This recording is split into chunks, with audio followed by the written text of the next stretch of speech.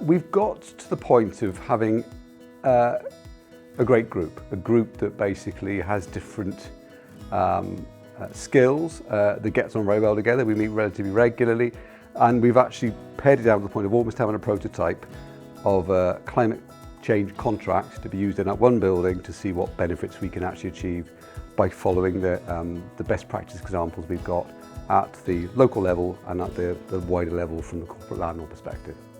We've been working on the wider challenge of how do we achieve net zero, but we've drilled it down to the specifics of a particular collaborative partner building, and we're going to establish if we can achieve net zero just in that building on its own, building as a whole, but also the deliveries, the services that are delivered from that building. I don't think I've changed massively. What I wanted to do at the very start of the challenge was not to sort of just assume the normal role I would have in the workplace. I've drifted back into it, so I've tried very hard to not take a lead. That's been a challenge. I think I might have achieved it in some areas, but we very rarely take a step back and think, what roles are we playing now? I think it's just effectively worked as a group. It's formed into a well-working group.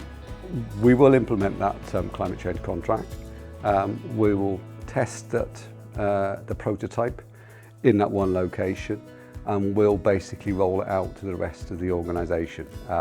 Hopefully we can do that in a relatively simple way, but we'll test it, and we'll test it first of all in that one location and in similar properties, and I think that will be a good example of being able to demonstrate how we can actually affect some change.